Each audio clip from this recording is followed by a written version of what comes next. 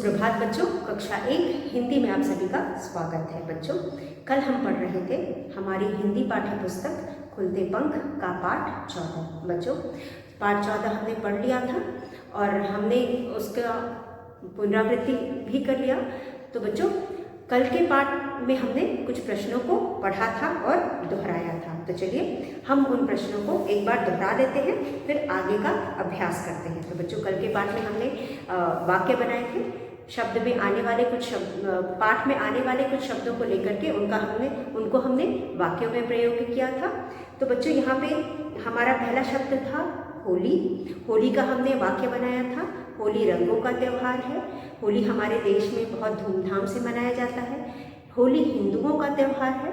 होली के दिन हम एक दूसरे पर रंग लगाते हैं और होली के दिन हम एक दूसरे से के गले मिलते हैं और एक दूसरे को मिठाई खिलाते हैं। इस तरह से हम बहुत सारे वाक्य बना सकते हैं। उसके अलावा बच्चों, हमने दूसरा शब्द का जो लिया था वह था शोर। तो बच्चों, शोर का हमने वाक्य बनाया था, हमें कक्षा में शोर नहीं मचाना चाहिए। और इसी तरह से आप बहुत सारे और भी वाक्य बना सकते हैं। उसके बाद तीसरा शब्द था हमारा पिचकारी। बच्चों, पिचकारी से हम होली के दिन एक दूसरे पर रंग डालते हैं। उसके बाद पानी का वाक्य बनाया था हमने। हमें पानी बर्बाद नहीं करना चाहिए। पानी के बिना हम जीवित नहीं रह सकते, या पानी जीवन के लिए बहुत ज़रूरी है। सभी जीवित वस्तुओं या फिर जीव जंतुओं के लिए पानी बहुत ज़रूरी है। तो इस तरह से आप बहुत सारे वाक्य बना सकते हैं। उसके बाद समोसे। बच्चों, समोसे मुझे बहुत पसंद है। मेरी माँ बहुत अच्छे समोसे बनाती हैं। मेरे घर के बगल में एक समोसे की दुकान है। तो इस तरह से आप बच्चों, जो भी आपको शब्द दिया जाता है उनके किसी भी प्रकार के वाक्य बना सकते हैं, लेकिन वाक्य छोटे होने चाहिए और जो भी हम वाक्य बनाते हैं उससे उस शब्द का अर्थ एकदम अच्छे से हमें समझ में आना चाहिए। तो बच्चों, इस तरह से हमने वाक्य बनाए। उसके बाद बच्चों, इस पाठ से संबंधित हमने कुछ और कार्य किया था, जैसे सही उत्तर के सामने टिक लगाओ। तो बच्चों, यहाँ पे किसने ढोल बजाया। तो यहाँ पे इसके नीचे हमें 3 विकल्प दिए गए हैं। भालू ने, मोर ने, चकोर ने। पाठ में किसने ढोल बजाया था बच्चों? पाठ में भालू ने, चकोर ने या मोर ने, किसने ढोल बजाया था? तो पाठ में भालू ने ढोल बजाया था। तो हम भालू के आगे टिक का निशान लगाएंगे। उसके बाद सब किसकी तैयारी कर चुके थे? दशहरा की, दिवाली की या होली की। तो बच्चों, पाठ में हमने होली के त्यौहार के बारे में पढ़ा और सबने होली की तैयारी की थी। सबने एक दूसरे को क्या लगाया? सबने एक दूसरे को रंग लगाया, गुलाल लगाया, पानी लगाया। तो बच्चों, सबने एक दूसरे को गुलाल लगाया। उसके बाद भालू ने खरगोश पर कैसा पानी डाला? भालू ने खरगोश पर कैसा पानी डाला? तो नीला, पीला या हरा।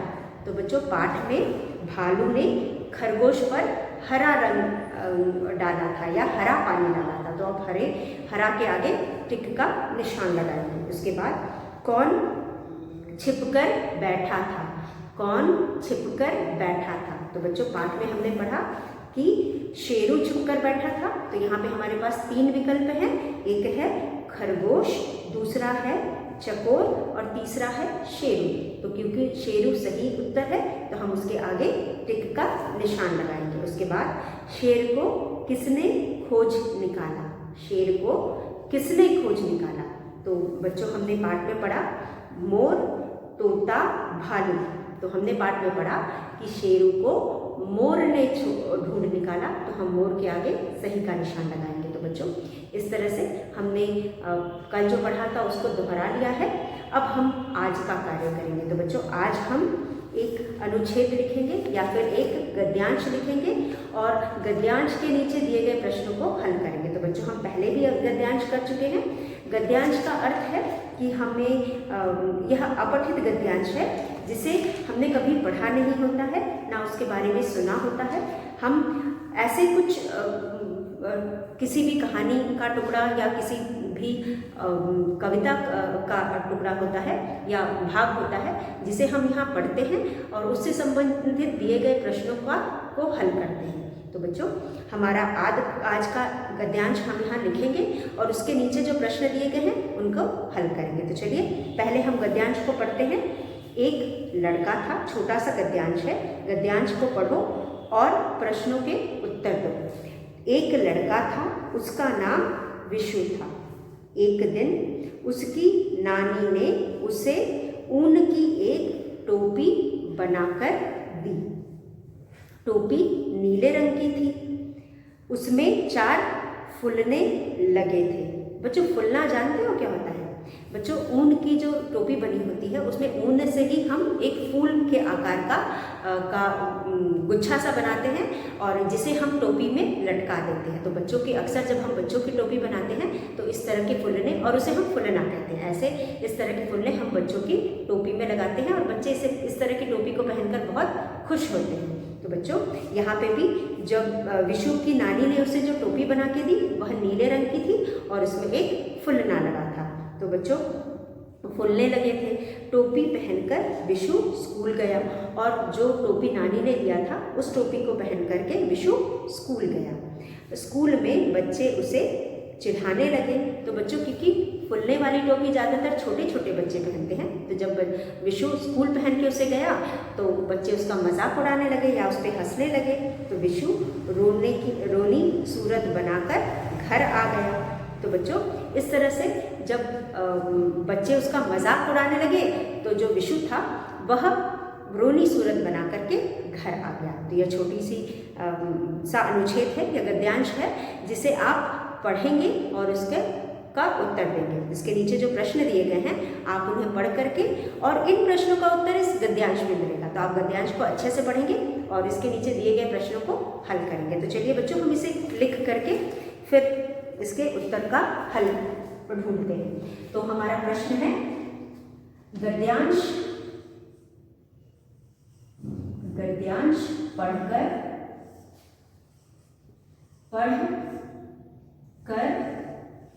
गद्यांश पढ़कर प्रश्नों के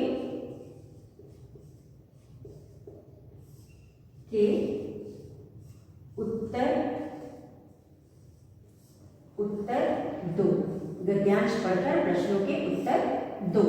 अब बच्चों, हमारा गद्यांश है, एक लड़का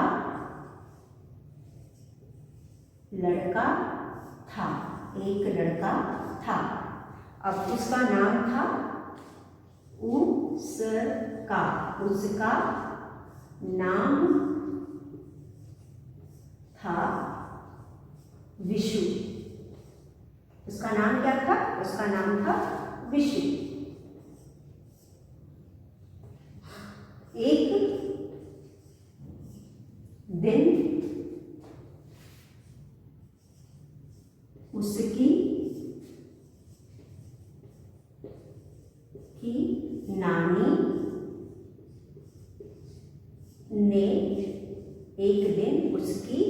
नानी ने उसे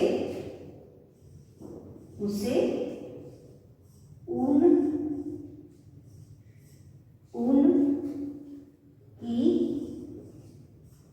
एक टोपी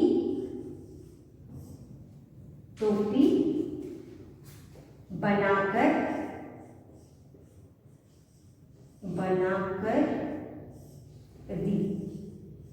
ऊन की टोपी बनाकर दी। टोपी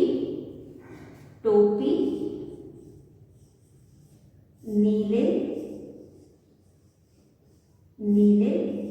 रंग की थी। टोपी नीले रंग की थी। उसमें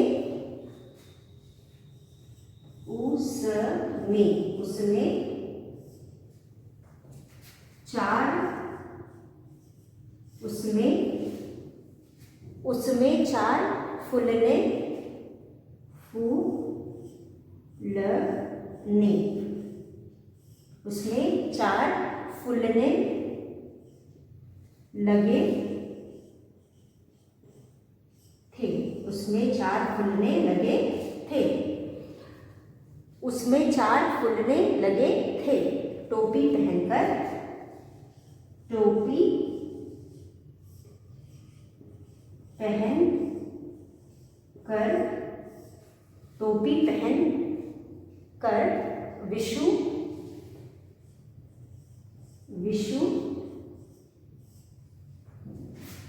स्कूल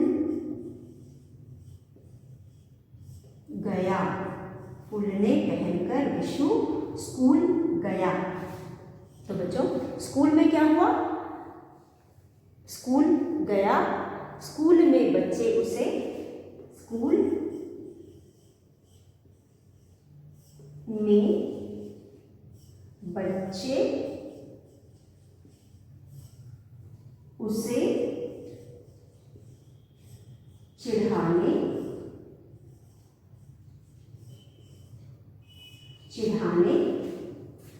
लगे। स्कूल में बच्चे उसे चिढ़ाने लगे। विशु रोनी सूरत बनाकर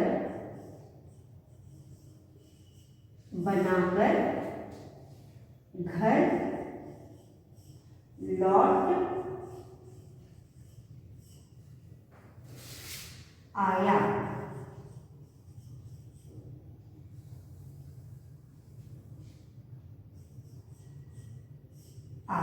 तो बच्चों इस तरह से यहाँ पे छोटा सा अनुच्छेद है या गद्यांश है जिसे हम पढ़ेंगे और इसके बाद कुछ प्रश्न इससे संबंधित लिख करके उनका उत्तर देंगे। तो पहले हम गद्यांश को पढ़ करके समझ लेते हैं। तो बच्चों हमारा गद्यांश है, एक लड़का था, उसका नाम था विशु। एक दिन उसकी नानी ने उसे ऊन की एक टोपी बनाकर दी। टोपी नीले रंग की थी। उसमें 4 फूलने लगे थे। टोपी पहनकर विशु स्कूल गया। स्कूल में बच्चे उसे चिढ़ाने लगे।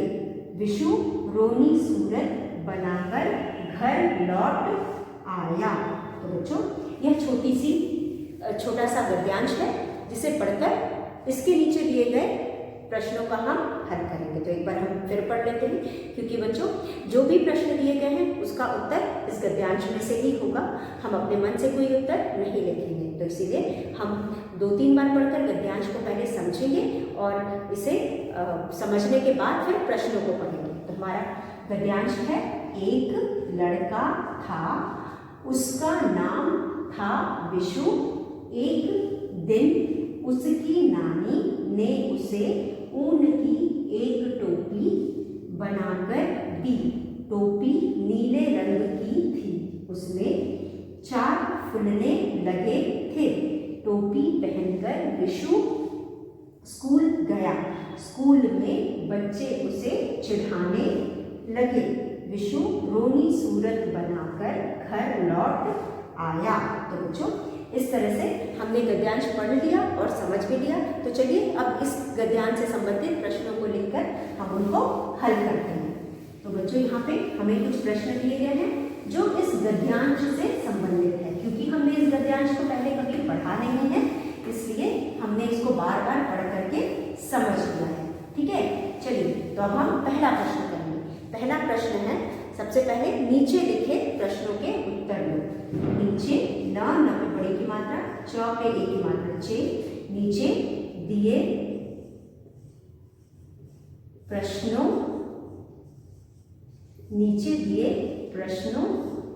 के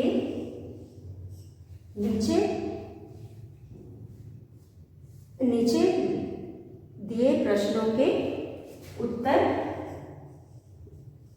दो। तो यहाँ पे जो हमें प्रश्न दिए गए हैं उनको हमें उत्तर देना है। तो पहले हमने ऊपर गद्यांश को पढ़ा था, अब हम नीचे दिए गए प्रश्नों को हल करेंगे। तो तो बच्चों हमारा पहला प्रश्न है, लड़के का नाम क्या था? प्रश्न एक है, लड़के का नाम क्या था? तो हम यहाँ लिखेंगे लड़के का नाम क्या था? लड़के का नाम क्या था? तो बच्चों हमारा पहला प्रश्न है, लड़के का नाम क्या था? तो हम उत्तर में लिखेंगे, बच्चों हमने जैसा कि गद्यांश में पढ़ा था, लड़के का नाम विशु था, तो हम यहाँ पे विशु लिखेंगे। लेकिन चलिए हम लिखते हैं, लड़के का नाम लड़के, कपे की मात्रा के, लड़के का नाम विशु, पे छोटे की मात्रा विशु था। लड़के का नाम क्या था? लड़के का नाम विशु था। तो पहला प्रश्न है, लड़के का नाम क्या था? गद्यांश में दिया था, तो गद्यांश में दिया था लड़के का नाम विशु था, इसलिए हम यहाँ लिखेंगे लड़के का नाम विशु था। उसके बाद हमारा दूसरा प्रश्न है बच्चों, नानी ने विशु को क्या दिया? नानी, प्रश्न 2, नानी ने विशु को क्या दिया? तो बच्चों नानी ने विशु को क्या दिया? नानी ने विशु को क्या दिया? उत्तर में लिखेंगे आप, नानी ने विशु को टोपी दी। नानी ने विशु को टोपी दी। नानी ने विशु को टोपी दी। नानी ने विशु को क्या दिया? नानी ने विशु को टोपी दिया। नानी ने विशु को क्या दिया? नानी ने विशु को टोपी दिया। उसके बाद प्रश्न 3। बच्चों प्रश्न 3 है, टोपी किस रंग की थी? टोपी, पे टो की मात्रा, तो पे बड़ी की मात्रा, पी, किस रंग, टोपी किस रंग की थी? टोपी किस रंग की थी? तो हम लिखेंगे टोपी बच्चों किस रंग की थी? जो हमने कहानी में जिस टोपी को पढ़ा के बारे में पढ़ा, वह टोपी किस रंग की थी? टोपी नीले रंग की थी। तो हम उत्तर में लिखेंगे, उत्तर 3। उत्तर में हम लिखेंगे टो, पे बड़ी की मात्रा, पी, टोपी नीले, नी, ल पे ए की मात्रा, नीले रंग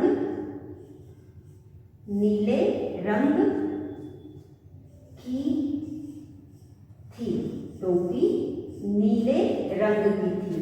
टोपी किस रंग की थी? टोपी नीले रंग की थी। तो चलिए जो प्रश्न हमने अभी तक किया है उसे पहले दोहरा लेते हैं। तो बच्चों यहाँ पे नीचे दिए प्रश्नों के उत्तर दो। गद्यांश हमने पढ़ा और गद्यांश को पढ़ करके हमने समझा। अब बच्चों गद्यांश से संबंधित हमें यहाँ पे कुछ प्रश्न दिए गए हैं, उन प्रश्नों के हमें उत्तर देना है। तो हमारा पहला प्रश्न है लड़के का नाम क्या था? लड़के का नाम क्या था? तो बच्चों गद्यांश में हमने पढ़ा था लड़के का नाम विशु था, तो हम यहाँ पे लिखेंगे लड़के का नाम विशु था। लड़के का नाम विशु था। नानी ने विशु को क्या दिया? नानी ने विशु को क्या दिया? नानी ने विशु को टोपी दिया। नानी ने विशु को टोपी दिया। नानी ने विशु को क्या दिया था? नानी ने विशु को टोपी दिया था। तो हम लिखेंगे नानी ने विशु को टोपी दिया। उसके बाद टोपी किस रंग की थी? टोपी किस रंग की थी? टोपी नीले रंग की थी। तो टोपी नीले रंग की थी, तो हम यहाँ उत्तर में लिखेंगे टोपी नीले रंग की थी।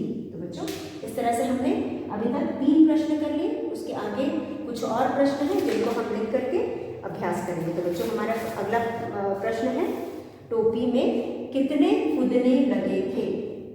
टोपी में कितने फुदने लगे थे? बच्चों तो हम यहाँ लिखेंगे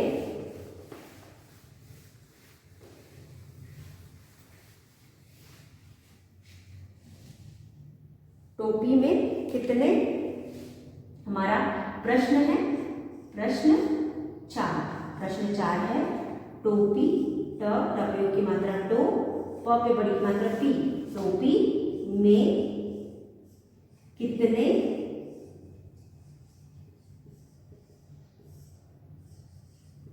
फुलने लगे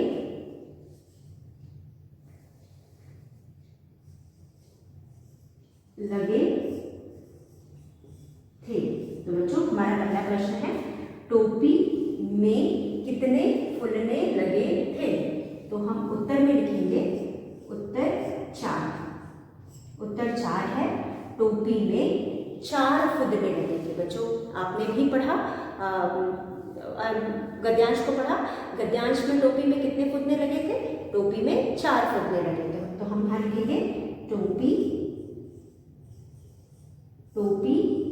में 4 फुदने लगे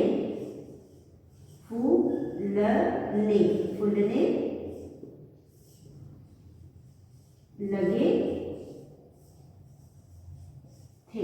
4 फूलने लगे थे। टोपी में 4 फूलने लगे थे। उसके बाद हमारा अगला प्रश्न है प्रश्न 5। प्रश्न 5। प्रश्न 5 में हमारे पास है बच्चों खुश का विलोम शब्द क्या होता है? खुश का विलोम शब्द क्या होता है? खुश, ख पे छोटे की मात्रा, खुश, खुश का विलोम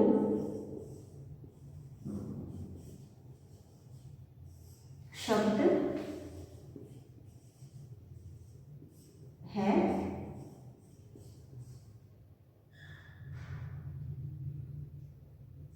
तो बच्चों हमें यहाँ पे खुश का विलोम शब्द लिखना है। शब्द खुश का विलोम शब्द लिखना है। शब्द क्या है? खुश का विलोम शब्द क्या है? तो बच्चों खुश, विलोम का मतलब पहले क्या होता है? बच्चों विलोम शब्द का मतलब होता है उल्टे अर्थ वाले शब्द। बच्चों विलोम शब्द का अर्थ होता है उल्टे अर्थ वाले शब्द। अब हमें खुश का मतलब पता है प्रसन्न। अब प्रसन्न या खुश का विलोम शब्द क्या होगा? उदास। तो हम यहाँ खुश का विलोम शब्द है उदास। हम लिखेंगे खुश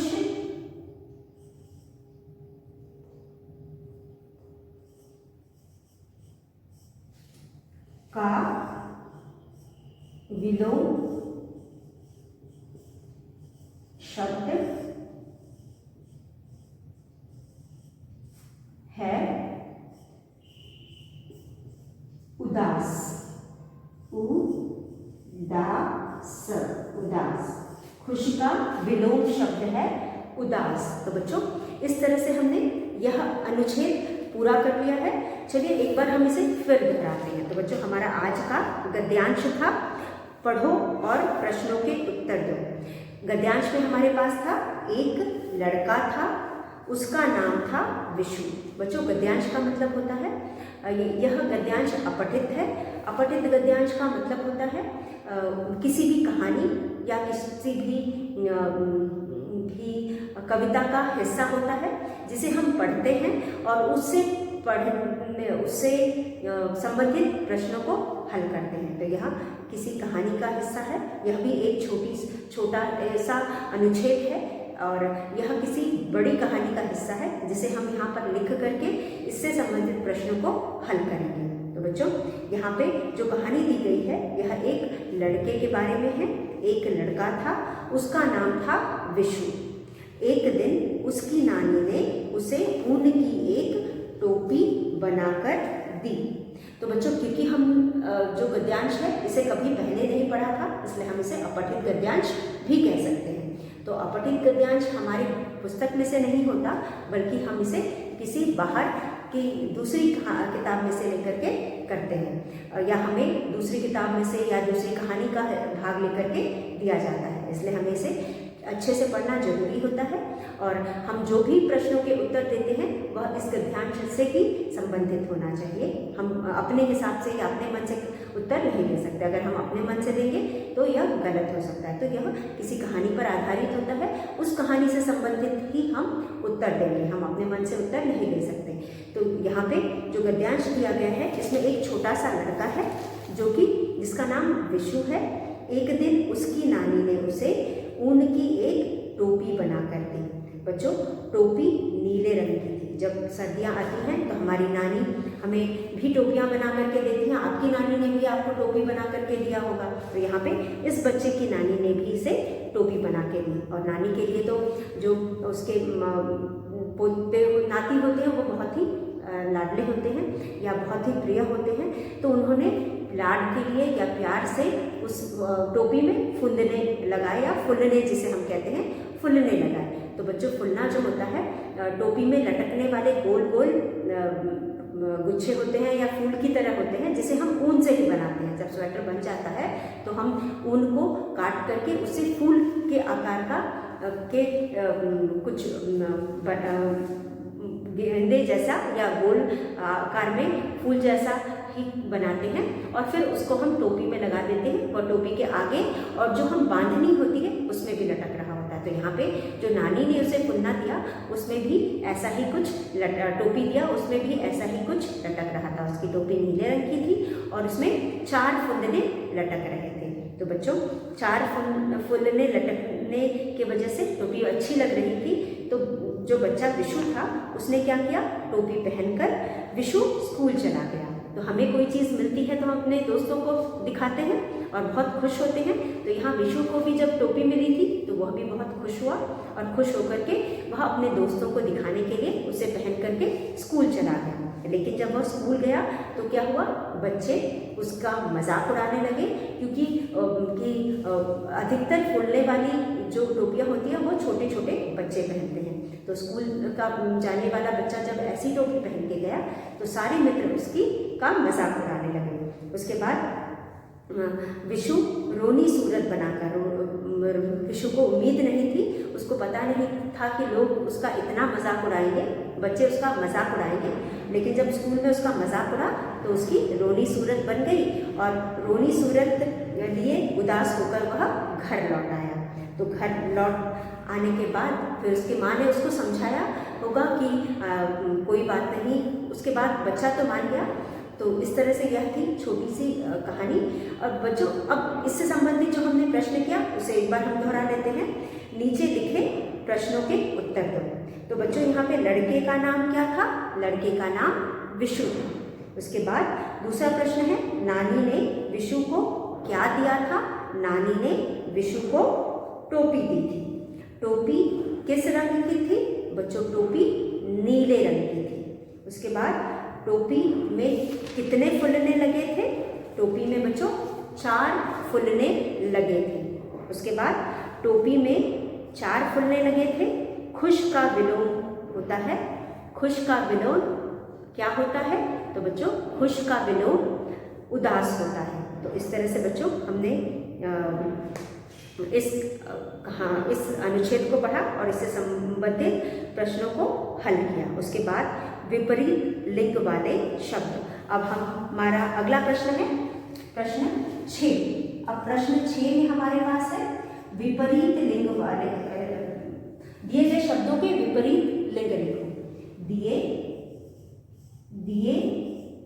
गए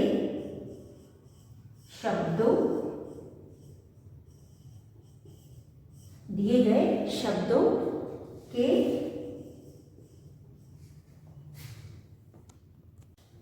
विपरीत लिंग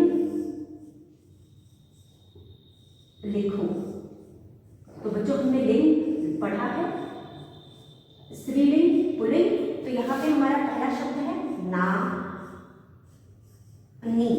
नानी का विपरीत लिंग होगा नाना। और दूसरा शब्द हमारा है राजा। राजा का विपरीत लिंग होगा रा। न पे बड़ी की मात्रा नी, रानी। तो बच्चों यहाँ पे हमारे पास दो शब्द हैं, इन दोनों शब्दों के हमें विपरीत लिंग लिखने हैं। तो यहाँ पे नानी शब्द है, नानी का विपरीत लिंग नाना होगा और राजा का विपरीत लिंग रानी होगा। तो इस तरह से बच्चों हमने यह अनुच्छेद पूरा कर लिया। अब अगले वीडियो में हम आगे दूसरा पार्ट अनुच्छेद करेंगे। तब तक के लिए धन्यवाद।